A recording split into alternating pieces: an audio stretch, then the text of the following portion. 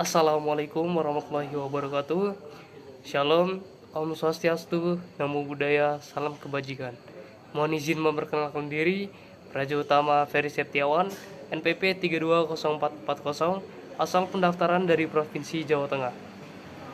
Saya dari kelas G1, Program Studi Teknologi Rekayasa Informasi Pemerintahan, Fakultas Manajemen Pemerintahan, Institut Pemerintahan Dalam Negeri. Pada video kali ini saya akan menjelaskan contoh kasus ketidakamanan sistem informasi pada website, aplikasi, atau teknologi informasi yang ada di dunia dan di Indonesia dalam kurun waktu 2 tahun terakhir. Video ini dibuat sebagai pemenuhan tugas pada mata kuliah Praktikum Keamanan Cyber.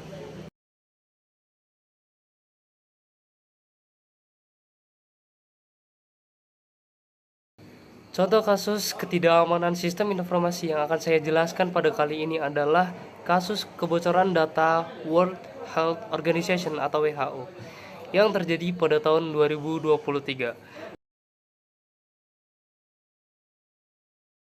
Jadi pada tahun 2023, tepatnya di bulan Juni, terjadi kebocoran data yang melibatkan WHO. Kebocoran ini adalah hasil dari serangan cyber yang mengakibatkan akses tidak sah ke data internal organisasi. Metode serangan. Serangan ini melibatkan eksploitasi kerentanan di sistem keamanan WHO. Penyerang mungkin menggunakan teknik seperti phishing, malware, atau eksploitasi kerentanan perangkat lunak untuk mendapatkan akses ke sistem dan data internal WHO.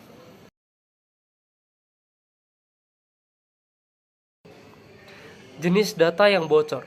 Data yang bocor termasuk informasi sensitif terkait kesehatan, laporan internal, serta data pribadi pegawai dan mitra WHO. Ini dapat mencakup nama, alamat email, informasi kesehatan individu, dan rincian lainnya yang berkaitan dengan proyek dan penelitian kesehatan global. Dampak dari kebocoran data tersebut. Kebocoran data pribadi dapat memengaruhi privasi individu yang terdaftar dalam data WHO. Informasi kesehatan yang bocor dapat berpotensi digunakan untuk penipuan atau penyalahgunaan data.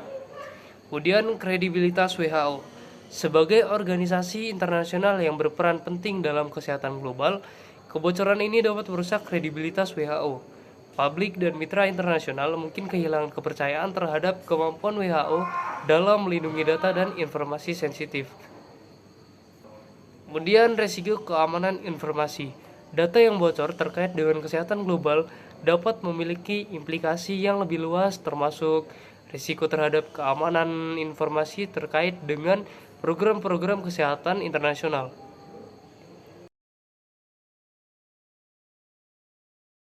Kemudian tindakan dan respon dari WHO atas kebocoran data yang terjadi. Yang pertama, perbaikan keamanan. Setelah kebocoran terungkap, WHO melakukan langkah-langkah untuk memperbaiki kerentanan yang ada di sistemnya. Ini termasuk memperbaiki perangkat lunak dan memperbaruinya juga, kemudian meningkatkan pengamanan data dan memperbaiki prosedur keamanan internal. Selanjutnya, notifikasi dan dukungan.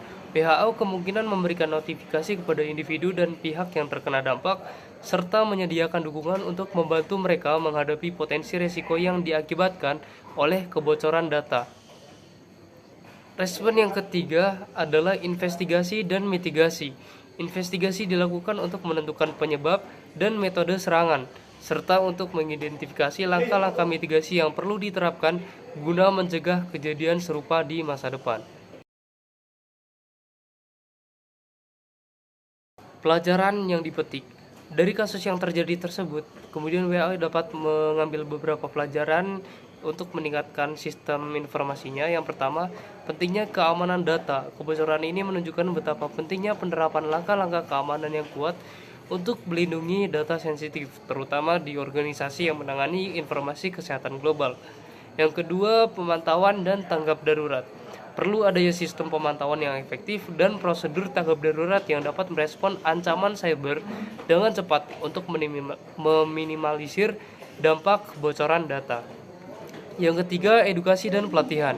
Edukasi dan pelatihan bagi pegawai tentang keamanan cyber dan cara mengidentifikasi potensi ancaman dapat membantu dalam mencegah serangan dan mengurangi risiko kebocoran data. Jadi kesimpulan dari kasus ini adalah kebocoran data WHO yang terjadi pada bulan Juni 2023 menggarisbawahi pentingnya melindungi data sensitif dalam skala global dan perlunya strategi keamanan yang komprehensif untuk mengatasi tantangan cyber yang terus berkembang.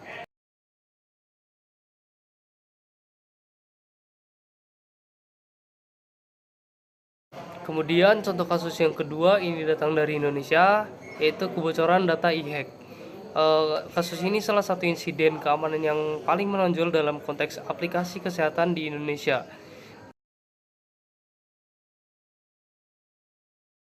Yang pertama, apa itu e-hack? E-hack atau Electronic Health Alert Card adalah aplikasi yang dikembangkan oleh Kementerian Kesehatan Republik Indonesia untuk mempermudah pelaporan dan pemantauan kesehatan terkait COVID-19. Aplikasi ini digunakan oleh masyarakat untuk mengisi dan melaporkan data kesehatan mereka, terutama saat bepergian.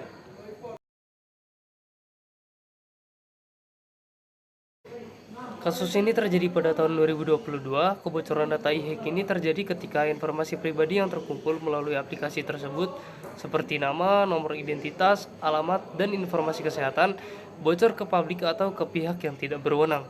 Kebocoran ini umumnya terjadi akibat kerentanan dalam sistem keamanan aplikasi atau kesalahan dalam pengelolaan data. Penyebab dari kebocoran data ini secara spesifik belum sepenuhnya teridentifikasi, tetapi kemungkinan besar terkait dengan kelemahan dalam pengamanan data, seperti kurangnya enkripsi, konfigurasi keamanan yang lemah, atau kesalahan dalam manajemen data. Dampak dari kebocoran yang ada, kebocoran ini menyebabkan paparan informasi pribadi ribuan pengguna e-hack. Data yang bocor dapat digunakan untuk berbagai tujuan berbahaya seperti penipuan identitas atau serangan phishing, di mana pelaku dapat memanfaatkan informasi sensitif untuk tujuan kriminal. Kemudian dampak berikutnya yaitu individu yang datanya bocor dapat menghadapi risiko penipuan identitas dan kerugian pribadi. Selain itu, kepercayaan masyarakat terhadap sistem pelaporan kesehatan dapat menurun, yang dapat mengganggu efektivitas aplikasi dalam pelaksanaan pemantauan kesehatan. Selanjutnya, tindakan yang diambil oleh pemerintah yaitu setelah kebocoran terungkap, Kementerian Kesehatan dan pihak terkait melakukan tindakan untuk meningkatkan keamanan sistem e-hack. Ini termasuk memperbaiki kerentanan yang ada, meningkatkan enkripsi data, dan memperkuat kontrol akses untuk melindungi data pengguna.